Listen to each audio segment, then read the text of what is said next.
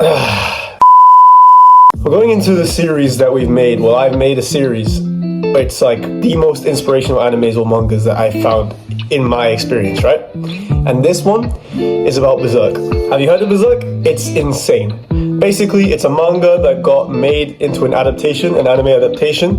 If you're gonna watch the anime adaptation, I would recommend watching the 1997 one. It's incredible. And I'm not gonna lie, guys, I tried making this video not once, not twice, but 3 times. And the reason why it took me so many takes to make this video in particular is because I have so much to say about it. And every video take that I was doing, I was just like, I had so much to say. I couldn't cram it all in. I'm gonna try this time. But basically, the protagonist of Berserk, his name is Guts. And he is one of the most inspirational characters I've ever seen in anime and manga. You know, he has it all. He is the definition of standing on business and getting up when everything is lost. Let me give you some context. This guy, his mother died before he even had a chance to meet her. He was abused as a child. He had to spend most of his childhood fending for himself and living by himself because the guy that abused him, he ended up having to kill him. And he also had to fend for himself because he didn't have anyone to look after him then. So for a while, he looked after himself. And in that time, he eventually found a band, a group of people that took him in, right? They took him in. He became, after quite a while, finally acquainted with everybody, right? Knew everybody pretty well. And he eventually became best friends with the captain of this band, of this group. And long story short, this best friend that he has, his name is Griffith, right? If I was to explain it all, it would take so long. So I'm going to try and put it into simple terms. Guts leaves for a year, comes back to find out that Griffith's been tortured the whole year. He's been captured and tortured for a whole year. So Guts comes back and rescues him, right? And, you know, because he'd do anything for him. He sees him as his best friend. He sees him as a brother, right? Rescues Griffith. Fast forward now to a little bit later, Griffith has sacrificed the whole team for his own personal gain after this point, right? Sacrificed everybody for power. So all of his team has been killed. Everyone that Guts knew, apart from a couple of people, were killed, right?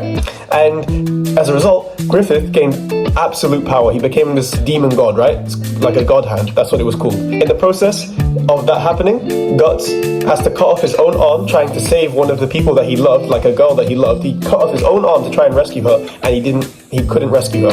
So he's lost an arm, he's lost all his friends, they've all been killed, sacrificed, and Griffith sacrifices Guts to putting a brand of sacrifice on his neck, which means he's haunted by demons and evil spirits like every night. So he has to fight and fend them off every night. This is like bottom barrel luck. Like it can't get any worse than this. Literally he's had everything bad happen to him in his entire life. Everything that you could think of has happened to him, right? After all that, when things went back to normal, and Guts was back in like, you know, the human world, right? He decides to pick up his sword, his huge, humongous sword. He picks it up and he decides to hunt these apostles.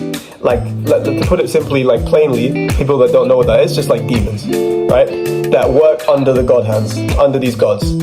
He decides to go and hunt them. He finds and he like hears rumors about them and he goes and he kills them. He attaches a cannon to the place where his arm is missing and he just starts blowing them up.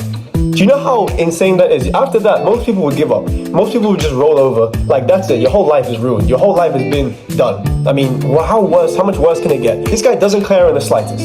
He just got up, picked up his sword, put a cannon on his missing arm, and then went hunting demons.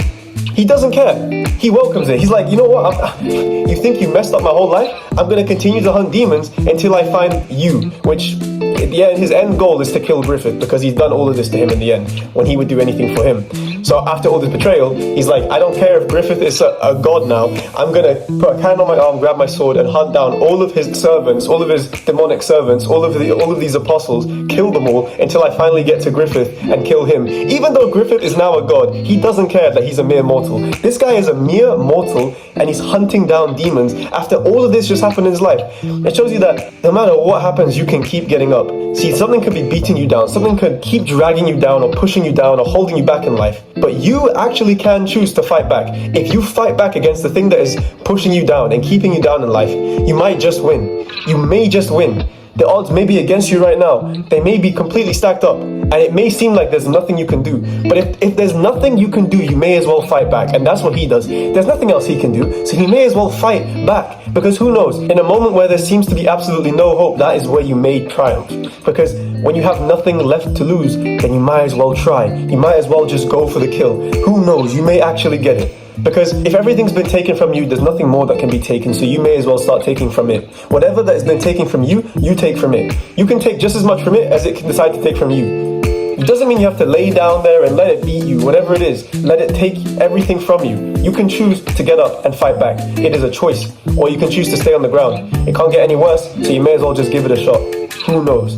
You think about Guts. This guy's had everything taken from him, and now he's hunting down the people that did this to him. The demons that did this to him. He's hunting them down, bearing in mind he's just a human man. Come on, let that be an inspiration to you. When you think things are taking you down or beating you down, just get up. Get up and keep going. Because you've only truly lost when you actually give up yourself. But if you never give up, if you keep pushing, you keep fighting back, then you will actually never lost. Because in your mind, your spirit isn't broken. Don't let things break your spirit. Be like Guts. Peace.